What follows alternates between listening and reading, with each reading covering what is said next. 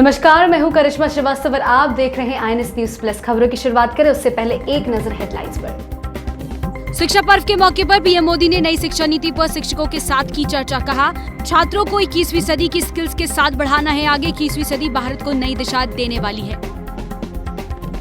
देश भर में कोरोना के मामलों ने फिर तोड़ा रिकॉर्ड। पिछले 24 घंटे में 96,000 से ज्यादा नए मामले आए सामने। मरने वालों की संख्या भी रही सबसे ज्यादा। 12 सितंबर से सभी रूटों पर दौड़ने लगेगी मेट्रो। सुबह 6 बजे से रात 11 बजे तक दौड़ेगी मेट्रो। DMRC ने लोगों से सावधानी बरतने की अपील। प्रधानमंत्री नरेंद्र मोदी राष्ट्रीय शिक्षा नीति 2020 के तहत 21वीं सदी में स्कूली शिक्षा के विषय पर आज एक कॉन्क्लेव को संबोधित किया। शिक्षा मंत्रालय की ओर से आयोजित शिक्षा पर्व की शुरुआत आज से हो गई है, जिसमें देश के जाने माने शिक्षाविद, प्राचार्य और राष्ट्रीय शिक्षित पुरस्कार प्राप्त शिक्षकों ने हिस्सा लिया। देखिए रिपोर्ट। प्रधानमंत्री नरेंद्र मोदी शुक्रवार को राष्ट्रीय शिक्षा नीति 2020 के तहत 21वीं सदी में स्कूली शिक्षा विषय पर एक सभा को वीडियो कॉन्फ्रेंसिंग के माध्यम से संबोधित किया। कॉन्क्लेव को संबोधित करते हुए कहा कि पिछले 3 दशकों में दुनिया का हर क्षेत्र बदल गया। इन 3 दशकों में हमारे जीवन का शायद ही कोई पक्ष हो जो पहले जैसा हो। 21वीं सदी के भारत को नई दिशा देने वाली है। साथियों, पिछले 3 दशकों में दुनिया का हर क्षेत्र बदल गया, हर व्यवस्था बदल गई। इन 3 दशकों में हमारे जीवन का शायद ही कोई पक्ष हो जो पहले जैसा ही रहा हो। लेकिन वो मार्ग जिस पर चलते हुए समाज भविष्य की तरफ बढ़ता है, हमारी शिक्षा व्यवस्था वो अब भी पुराने ढर्रे पर ही चल रही थी। पुरानी शिक्षा व्यवस्था को बदलना उतना ही आवश्यक था जितना किसी खराब हुए ब्लैक बोर्ड को बदलना आवश्यक होता है। प्रधानमंत्री नरेंद्र मोदी ने बताया कि नई राष्ट्रीय शिक्षा नीति को लागू करने के लिए देश भर से कुल 15 लाख से ज्यादा सुझाव आए हैं। राष्ट्रीय शिक्षा नीति को लागू करने के बारे में देश भर के टीचर से MyGov पोर्टल पर उनके सुझाव मांगे थे। एक सप्ताह के भीतर ही 15 लाख से ज्यादा सुझाव मिले हैं। ये सुझाव राष्ट्रीय शिक्षा नीति को और ज्यादा प्रभावी तरीके से लागू करने में मदद करेंगे। इस विषय में और अधिक जागरूकता लाने के लिए शिक्षा मंत्रालय अनेक तरह के कार्यक्रम चला रहा है।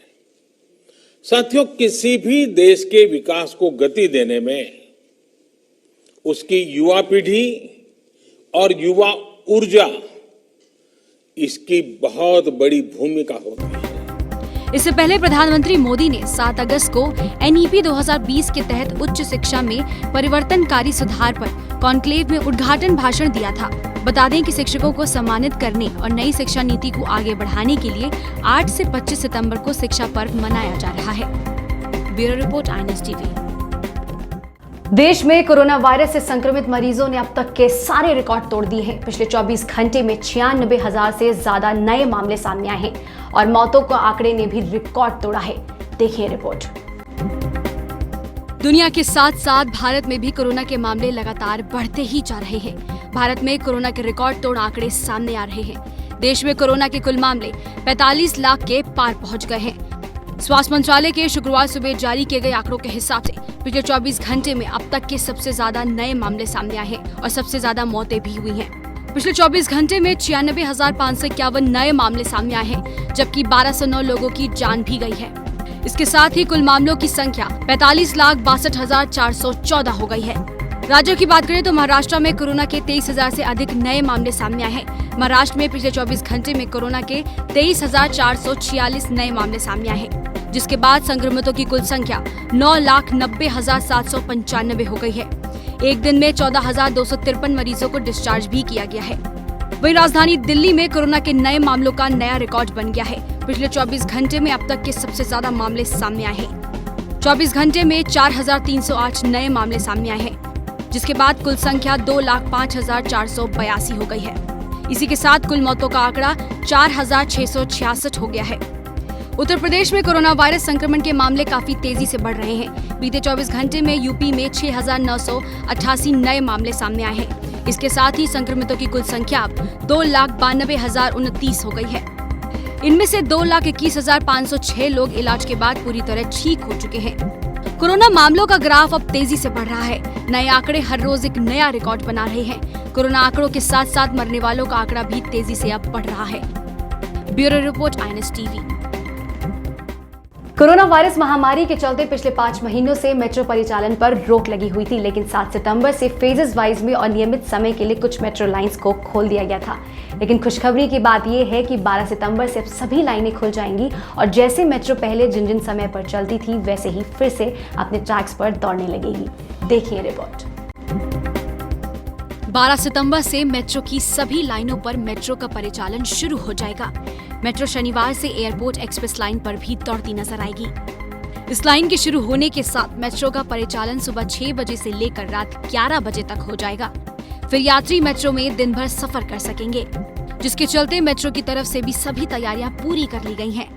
दिल्ली मेट्रो में ज्यादा भीड़ एक साथ न आए, इसके चलते दिल्ली मेट्रो रेल कॉर्पोरेशन के प्रबंधक निदेशक ने यात्रियों से अपील करते हुए कहा कि वो पीक आवर्स को अवॉइड करें, ताकि दिल्ली मेट्रो सभी यात्रियों को इस कोरोना बीमारी से बचाकर एक बेहतर सुविधा दे सके।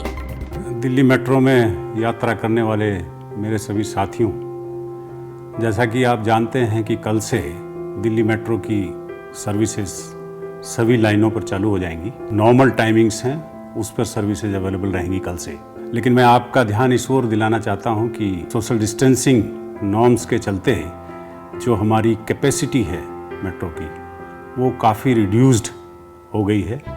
जैसे कि हम 250-300 पैसेंजर एक कोच में पहले ले जाते थे, अब वो कैपेसिटी घटकर सिर्फ 50 रह गई है। तो इस बात को ध्यान में रखते हुए मेरा आपसे अनुरोध है कि आप अपनी यात्रा इस तरह से प्लान करें कि आप पीक आवर्स को अवॉइड करें।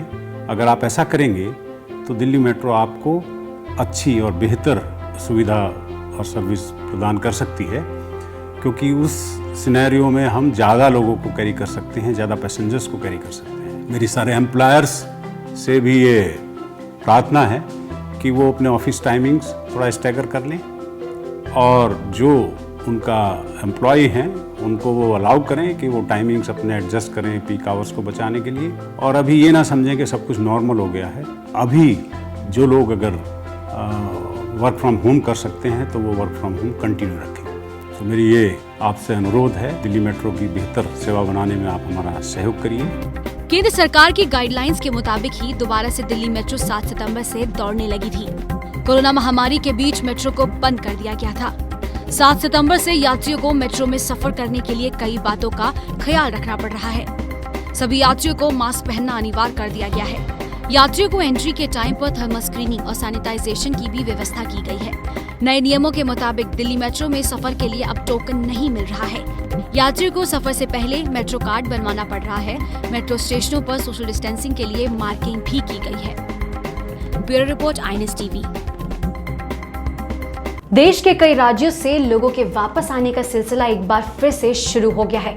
तो फिर छात्र हों या फिर मजदूर, सब अब दिल्ली लौटने लगे हैं। तो इस समय सबसे बड़ी समस्या अगर किसी के सामने खड़ी हो गई है तो वो है स्टूडेंट्स की। एक्चुअली स्टूडेंट्स अपने हॉस्टल्स वापस लौट आए हैं, लेकिन हॉस्टल मैनेजमेंट ने उनके लिए सभी दरवाजे अभी बंद रखे हुए हैं, जिसकी वजह से स्टूडेंट्स को काफी दिक्कतों का सामना करना पड़ रहा है। देखिए रिपोर्ट।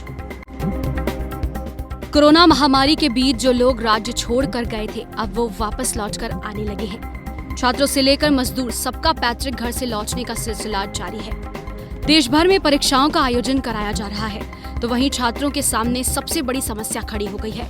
दरअसल हरिजन सेवक संघ के अंतर्गत आने वाला माता कस्तूरबा छात्रावास में 1 सितंबर को कुछ छात्राएं अपने घर से परीक्षाओं के चलते वापस हॉस्टल ठहरने आईं, लेकिन छात्राओं को हॉस्टल में प्रवेश नहीं करने दिया गया। वहीं छात्राओं ने हॉस्टल स्टाफ पर बदसलूकी का आरोप भी लगाया। हम जब हॉस्टल आए तो हमें मना कर दिया गया कि हम हॉस्टल नहीं खोलेंगे, अब हम हॉस्टल नहीं चलाएंगे, आप लोग अपना सामान ले जाइए, आप लोग बाहर जाके कहीं भी रहिए, आप हमारी जिम्मेदारी नहीं है। ये बोला गया आपसे कि हमारी जिम्मेदारी नहीं है? जी जी जी, ये किसने हमें बोला आपसे? ये रजनीश सर ने बोला, डॉक्टर रजनीश कुमार जो संस्था के सेक्रेटरी हैं। अच्छा, तो क्या जब आप यहाँ से आ रही थी तो उससे पहले आपने इनसे संपर्क करने की कोशिश की किसी तरह से, जो मना किया गया हो पहले की मत आइए आप? सर पहले हमें कोई किसी तरीके की सूचना नहीं दी गई कि आप यहाँ मत आइए, हमने हॉस्टल बंद किया है, किन कारणों से बंद किया है, या हम आगे हॉस्टल नहीं चलाएंगे, इस तरह की कोई हमें सूचना नहीं दी गई। अच्छा, जब आप आई तो फिर आपके लिए दरवाजे नहीं खोले गए, हमारे साथ अभद्रता की गई, सिक्योरिटी गार्ड ने हम लोगों को धक्का वगैरह भी दिया और पुलिस बुलाकर हमारे खिलाफ FIR दर्ज कराने की भी कोशिश की गई, हमें डराने धमकाने की कोशिश की गई।